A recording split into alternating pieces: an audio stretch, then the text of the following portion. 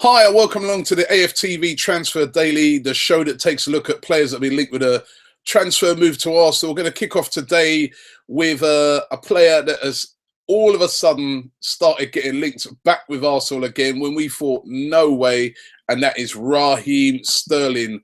The guy that is sort of the story of the summer, really, is going to be where does Raheem Sterling end up? He's, of course, been linked very heavily with a move to either Manchester City or Real Madrid. But some papers speculating today that Arsenal are interested in him. Now, the fee that we're hearing that Liverpool want for Raheem Sterling is a ridiculous £50 million. I don't think they're going to get that. It's probably going to be closer to, say, 35, 40 million. But how some of the outlets out there are predicting this could go down for Arsenal is that Liverpool are interested in getting Kieran Gibbs from Arsenal. So what a lot of them are speculating is money plus Kieran Gibbs could secure the services of Raheem Sterling, with Kieran Gibbs going the other way. I can't see this. Number one, I've said it all along, Arsenal do not need Raheem Sterling. We've got so many players who can play in that position. We've got Theo Walcott, we've got Alexis Sanchez, we've got Serge Gnabry, Rosicky, who's still there. We've got, Welbeck. There's a whole host of players. Oxlade-Chamberlain, a whole host of players fighting over that position. Where would it make sense to go out there and spend that kind of money, even though I think he's a very good player? Don't get me wrong, I think he'd do very well at Arsenal. But where would be the sense, especially when you've got a manager like Arsene Wenger, who's traditionally very conservative when it comes to spending money? Where would the sense be to go out there and buy Raheem Sterling? But, as I said, a lot of speculation today that, it could be a possibility if we gave him Kieran Gibbs plus money in return. I'd say to that, no way. However, we want to keep hold of our best players. Kieran Gibbs, all right, he kind of tailed off towards the end of last season, didn't have the greatest end to the season. Monreal kind of displaced him. But I still think Kieran Gibbs is a top left back. I still think he's got Arsenal in his heart because he's grown up there. And we certainly, to me, don't want to be selling Kieran Gibbs to one of our rivals. Another player actually was linked before within that move was Theo Walcott. It was said that it could be a swap deal that would involve Theo Walcott going to Liverpool with Raheem Sterling plus cash. Theo Walcott plus cash, should I say, for Raheem Sterling. And again, I think no way. We're hearing very positive news today that Theo Walcott is set to sign a brand new contract at Arsenal, said to be worth 100 grand a week. Listen, he's had a lot of injuries over the years, but when this guy is playing, when he's fit and when he's playing, he is a devastating player to have in your team. To me, much more effective in front of goal than Raheem Sterling. Raheem Sterling running at players, dribbling. I think, you've got to say Raheem Sterling is better than Theo Walcott in that aspect. I would definitely say he's the better player.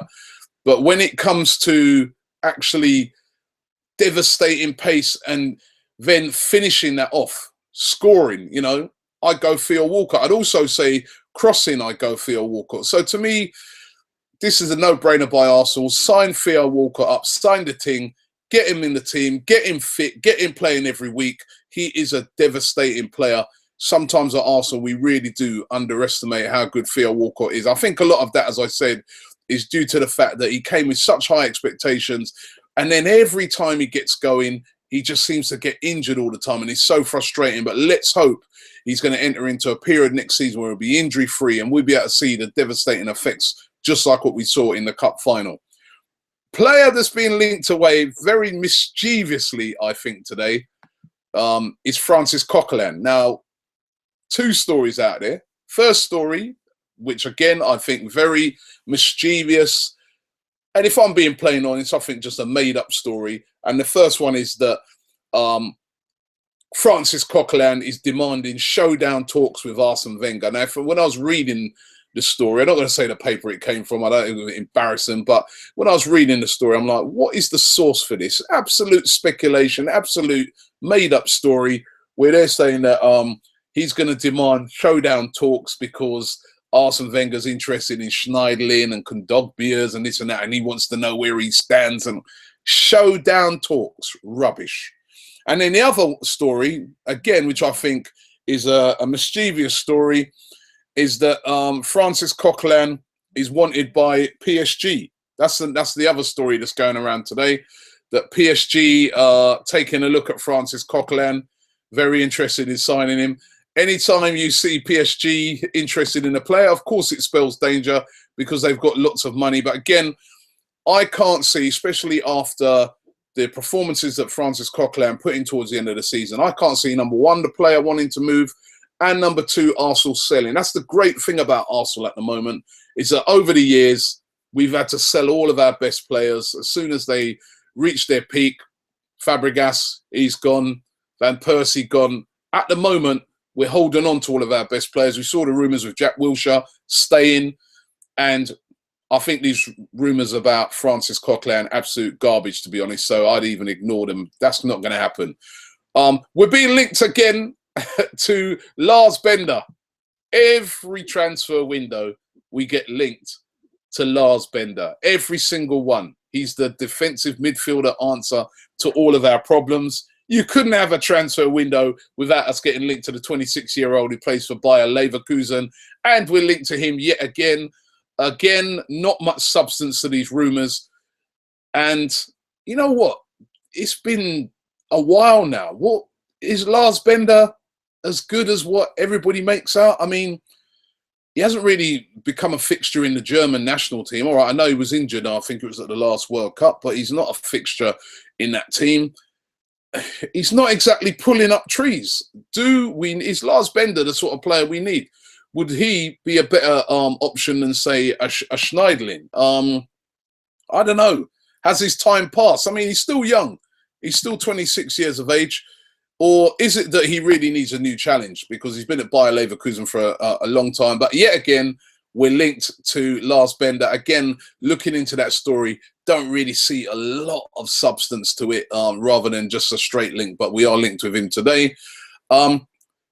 Story coming out today as well that Sunderland are interested in taking Carl Jenkinson on loan next season. Carl Jenkinson, of course, Arsenal player, was on loan, very successful loan last season at West Ham, played very well. I spoke to some of the fans over there at West Ham and they absolutely love Jenkinson. And we understand that West Ham want to take him again this year, but they're not too happy with that £2 million a year loan fee that they'd have to pay. Sunderland apparently very willing to pay that money and would like to bring him up to the northeast. I'm not sure if Carl Jenkinson will want to switch London, where he's very comfortable playing out there at West Ham, for the northeast. But it does look like Carl Jenkinson is going to be going out on another loan. As I've said before on the show, a bit unlucky, this guy. The fact that he went out on loan, then Debuchy got injured. And then we've seen the rise of Hector Bellerin. We've also got Callum Chambers, don't forget, who can play on that right-hand side as well. Is it that Arsenal sort of saying, right, we'll send him out on another year's loan just to groom him up because Debuchy's starting to knock on a bit, then we'll bring him back? We'll have to wait and see. But it looks like another loan move for Carl Jenkinson, and this time it could be Sunderland. Another player who looks to be on his way out from Arsenal is Lucas Podolski. Podolski is apparently in talks with quite a few clubs, one of those including Galatasaray. They seem to be emerging as one of the favourites to sign Lucas Podolski. It hasn't happened for him at Arsenal. We've seen glimpses of his brilliance, and then we've seen him just disappear a lot. And he went out on loan to Inter Milan. That hasn't been successful either. Inter Milan don't want to retain his services, so he is back at Arsenal. Galatasaray interested. Also hearing that Everton are very interested in signing Lucas Podolski. So very interesting, that one, to see where Podolski is going to end up. But it looks almost certain that Lucas Podolski is going to be on his way out of Arsenal.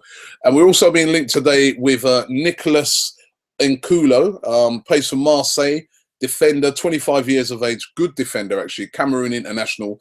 We're being linked with him, and again, not 100% sure where the links are coming from. It could be that Arsenal have been looking at him because he is a very good player. Marseille, however, very unwilling to sell Nkoulou. They recognise that he's one of their best defensive players. And again, as I said with the defence, kind of seems to me that Arsene Wenger's looking on it and thinking to himself, you know what, we've got a good defence now. I've got Gabriel. He was talking up Gabriel a couple of days ago, saying that, you know, he's going to be a revelation next season. Expect to see a lot more of Gabriel Paulista, possibly partnering Koscielny. Then you've also got the experience of Mertesacker that you can throw in there, and you've got Callum Chambers. Plus, as well, you've got Nacho Monreal. Maybe not everybody's favourite in that position, but he can cover that position, and also Debuchy can cover that centre back position as well. So Arsene Wenger probably looking at it and thinking, listen, we've got adequate cover there. Rather than spending the 25 million or whatever it's going to be for Nkoulou, we just go with what we've got and see what happens. Mind you, we kind of did that last year and it worked out against us. But we didn't have Gabriel Paulista at the time. And finally, to finish off with this one, it's the one that we've been talking about since the window's opened. Could this be the week where this deal gets done, or we hear more about this deal, even if it doesn't get done? We hear a lot more things start to become clearer about Petr Cech. You know, lots and lots of people out there suggesting that it's a done deal, that he's definitely going to be signing for Arsenal, which I would be very happy with if that is the case. Other people suggesting that, you know what, PSG could be an option where he may go. I think we might find out a little bit more. Well, I'm hoping we do anyway, find out a little bit more next week, because you're probably going to see some of the sort of maybe Arsene Wenger or some of the Arsenal board guys sort of more in the spotlight next week, more having to answer questions, because you've got the Puma kit launch on Monday, which incidentally we're going to be streaming live from our website. So make sure you get over there and check that out. I think it's about 8 o'clock. But I think some of those officials will have to start answering some of those questions that everybody's asking about players, and Petr Cech will be the player that they'll be asked about the most. So we might hear a little bit more about whether that's happening, or whether Arsenal are not interested in it at all and are sticking with Ospina and Szczesny. I think we'll find out a little bit more about that next week. I'm hoping. I think that would be a very important signing for Arsenal if it happens, and I'm hoping that that gets done. Let's get into the comments. Alaji, he was talking about the rumour yesterday, that linking Negredo with a move to Arsenal. Negredo at Valencia, formerly of Manchester City. He said, I think Negredo was so underrated. No matter what he did for City, it seemed like he was not appreciated. He scored in almost every game he played for them, so he's open to it. Ashley Bashy 86 though says, laugh out loud. Wenger won't buy a striker. Why would he? If you say because we need one, then we definitely won't be getting one.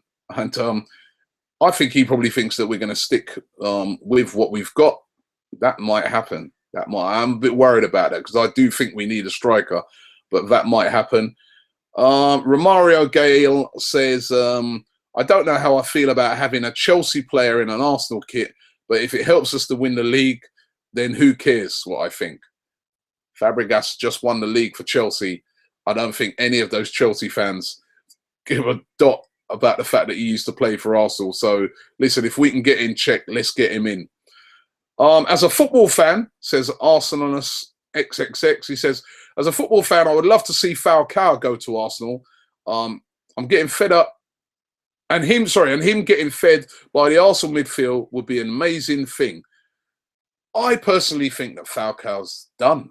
I really do. I think it could be another sort of Fernando Torres situation where he just can't get back to where he was because of injuries of just, I don't know, but I'm not convinced. I think Falcao, after what I saw of him at Man United, all right, maybe they didn't play him week in, week out, but I just think that his time has passed now. Alomar 85 says Asamoah is a much better player than Gibbs any day. Asamoah, we were being told yesterday, we're being linked to. And let me get in one more. This guy says, Hannibal 953 Abel says, check yes, Casillas no, he says. He's at least 2 years past it now. If you're in doubt about that, just look at his performance in the World Cup last year. So we've been asking that question this week as well. Czech or Casillas, that guy, he definitely would like to see Czech come in, just like I would. I think if we can get Czech nailed down, that would be such a tremendous deal. We're building a real platform, I think, if we can get Czech in, but we're going to have to wait and see. As I said, might find out about a bit more about that this week. Thanks for watching Transfer Daily today. As I said, don't forget, on the website tomorrow, we're going to be streaming the launch of the brand new Arsenal home kit, Puma kit. That's going to be live at about 8 o'clock on our website, arsenalfantv.com. Go to that. It's going to be a live streaming of that. It's presented by Thierry Henry. Looking forward to that, getting down there tomorrow and seeing that brand new kit. But we'll see you tomorrow, around about the same time, a bit earlier tomorrow, here on Arsenal Fan TV.